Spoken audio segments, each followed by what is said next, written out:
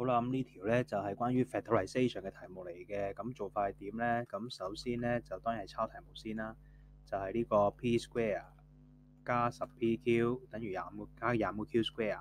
咁咧呢個就典型嘅頭加尾嘅二次咧，就變咗 p 加 5q 成個嘅二次啦。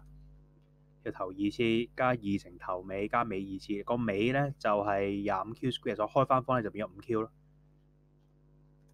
到 part B 啦，咁啊同 part A 好似嘅，不過後面多咗個減 R square，咁又做個 grouping 啦，就頭三個用翻 A 派結果咧，就變做 P 加5Q all square，然後後面就有個減 R square。